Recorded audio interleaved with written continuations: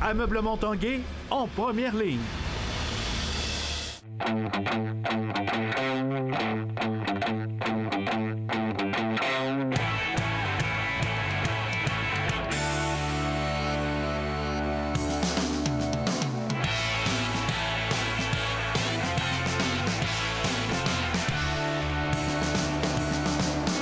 Salut, ici Jonathan Fournier, bienvenue à l'Esprit sportif. Aujourd'hui à l'émission, on vous parle du Dynamo soccer masculin qui est en camp d'entraînement en ce moment. Il y a également 2 joueurs de football du Rouge et Or de l'Université Laval qui tenteront de se faire remarquer par des organisations professionnelles aujourd'hui. Mais tout d'abord, parlons des Remparts de Québec. On revient d'un voyage parfait en Abitibi. Nous sommes revenus avec 2 victoires contre Rouyn et Val-d'Or. Chicoutimi s'amène au Centre Vidéotron demain soir. Par la suite, ses matchs aller-retour à Rimouski. Coup d'œil à la formation de Philippe Boucher.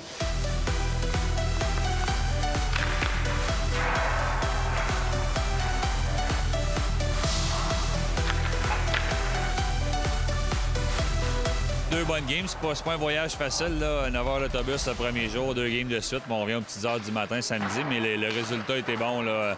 On a bien joué à Rouen-Noranda contre une bonne équipe. Ça a été un petit peu plus dur à Val-d'Or, mais on a trouvé une manière de gagner. Voilà le but.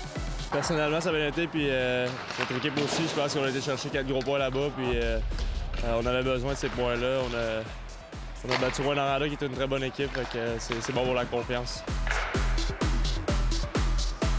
La lancée très bonne pour les Remparts en ce moment. T'attribues ça à quoi, selon toi?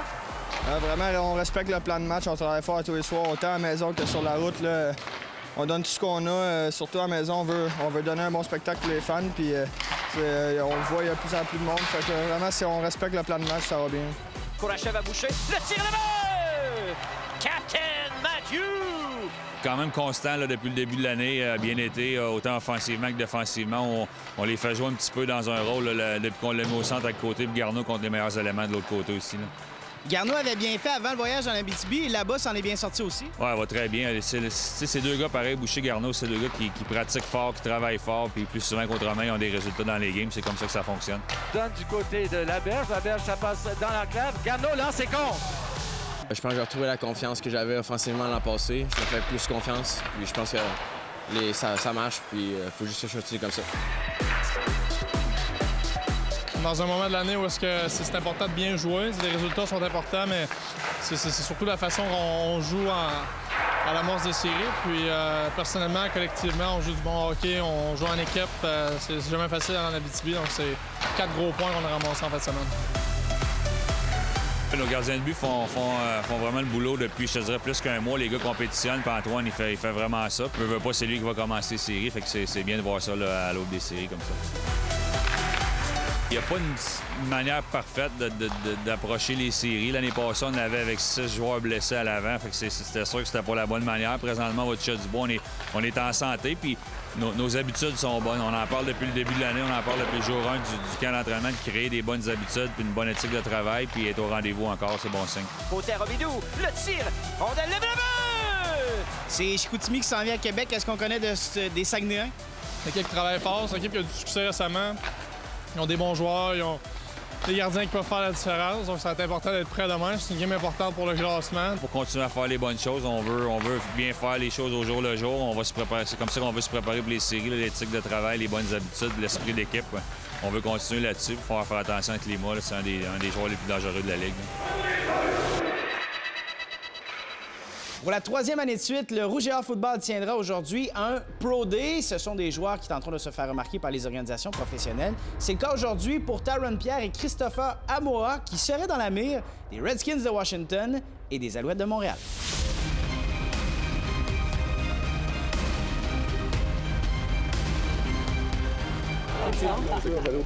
Anthony Auclair, maintenant des Buccaneers de Tampa Bay, est venu encourager ses anciens coéquipiers. Anthony nous a vraiment aidés, il nous a donné des petits indices ici et là, puis ça nous a préparés. Développé couché, 17 pour Amoa et 13 pour Pierre. Saut en hauteur. Test d'habilité. Et surtout la course de 40 verges que Taron Pierre a réalisée en 4 secondes 6 et 4 secondes 5 pour Christopher Amoa ont servi aux recruteurs des Redskins de Washington et des Alouettes de Montréal. Très satisfait de ma journée et de ma performance. Le premier à l'avoir, c'était Charles Vaillancourt, puis le deuxième, c'était Anthony Auclair. Alors, tu sais, pour moi, j'ai mis ça comme objectif. C'était un rêve. C'était un de mes objectifs d'avoir un Pro Day. Même si peut-être ils ne joueront jamais dans la NFL, on sent l'intérêt grandissant pour les joueurs canadiens et québécois. La NFL, c'est une ligue curieuse. Je pense qu'ils veulent avoir le talent partout. Quand on parle aux débuteurs, ils disent qu'ils vont trouver le talent peu importe où ils sont. On a des bons joueurs au Québec. On a des bons joueurs, puis je pense que ça commence à chaque année, on a des nouveaux qui apparaissent. D'ailleurs, Sacha Gavami, l'agent des deux joueurs, va continuer de promouvoir le talent de ses clients, même si seulement une équipe de la NFL était représentée. Que moi, je prends les résultats d'aujourd'hui, je les envoie aux 32 équipes. Ce que j'ai fait hier avec Régis, je le refais aujourd'hui avec ces joueurs-là. Je fais les suivis avec les équipes, voir quel serait l'intérêt pour eux. Mes chances sont bonnes. Encore une fois, ça, c'est des choses que moi, je peux pas contrôler, mais j'ai fait tout ce que j'ai pu faire aujourd'hui pour rendre leur choix un peu plus difficile. Et selon toute vraisemblance, il y a un autre joueur du Rouge et Or qui devrait forcer la tenue d'un Pro Day l'an prochain, en 2019, alors que selon certaines informations, déjà une quinzaine d'équipes de la NFL s'intéressent au numéro 9, le joueur défensif Mathieu Betts. Stéphane Turcot, TVA Sport, à Québec. Transaction aujourd'hui chez les Capitals de Québec qui ajoute un joueur australien à leur enclos. Le lanceur droitier Ryan Searle rejoindra la rotation des partants, lui qui possède une feuille de route impressionnante. Âgé de 28 ans, Searle vient de remporter son 3e championnat consécutif avec les Bandits de Brisbane en Australie. Fort d'une expérience de près de 1000 matchs dans le baseball professionnel, Searle a roulé sa bosse dans 7 niveaux différents en Amérique du Nord. Il a goûté au niveau 3A aux ligues élites du Venezuela, d'Italie, d'Australie ainsi qu'à l'Association américaine en 2014, a ajouté à son palmarès une saison de 135 manches lancées dans le Baseball Challenge League au Japon, en plus de plusieurs présences avec les équipes nationales australiennes en Coupe du Monde et à la Classique mondiale de baseball. Après la pause à l'esprit sportif, le Dynamo soccer masculin.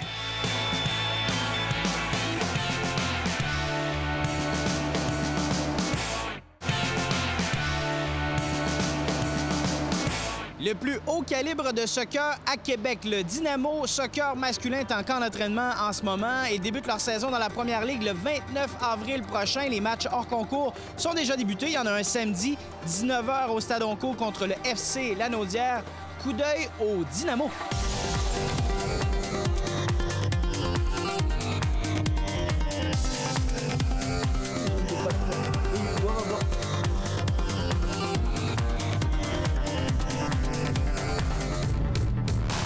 C'est une belle période de l'année, on est heureux d'être de retour. Bah écoute, c'est une belle période parce que déjà le temps est doux, donc l'année dernière c'était pas évident. Oui, on avait hâte d'être sur les terrains et je pense que les joueurs attendaient ça depuis la série de l'année dernière où on a fini presque en trombe.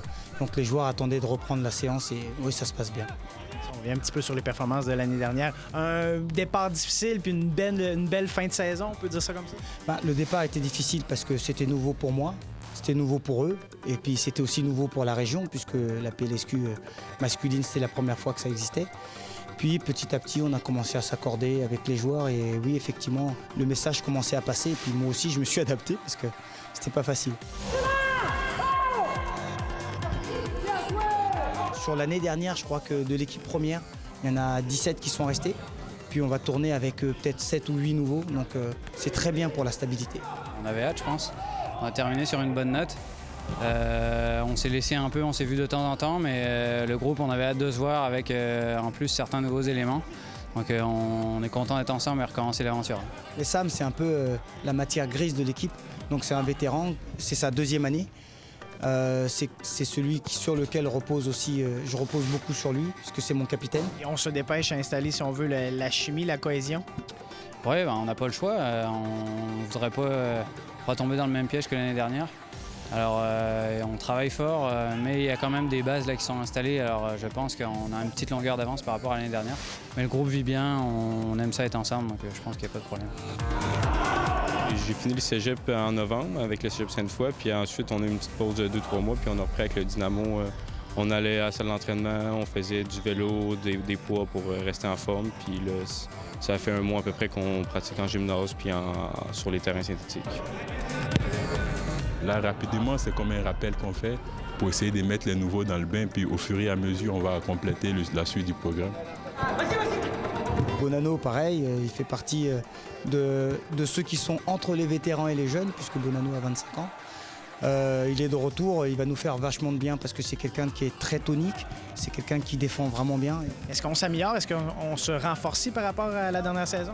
Oui, je dirais que oui, parce que ça se voit.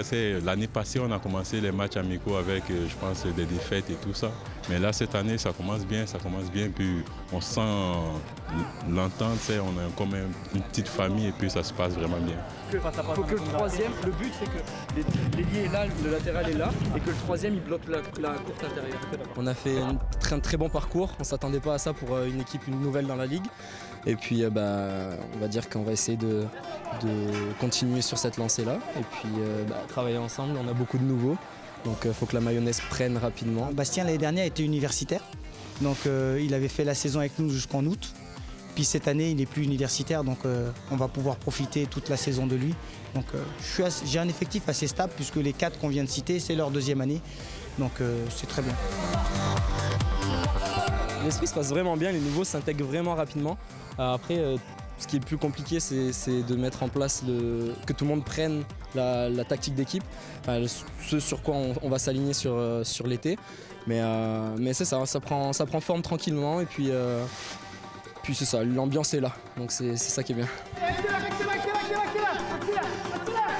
Le succès du Dynamo passe par la défensive? Non, je dirais que le succès du Dynamo va passer par l'osmose qu'il va y avoir déjà avec les clubs, avec la région, avec les joueurs. On s'est déjà testé un petit peu, mais il y a d'autres matchs hors concours qui s'en viennent. Samedi, donc j'espère que les gens viendront nombreux. Nous avons un très très gros match qui sera un test pour nous, puisqu'on va jouer une PLSQ, la Naudière, qu'on a plaisir à recevoir, qui sera notre gros match de début de saison. Les joueurs sont prêts à en découdre, on est prêts nous aussi et excités. Merci beaucoup, bonne saison. Merci.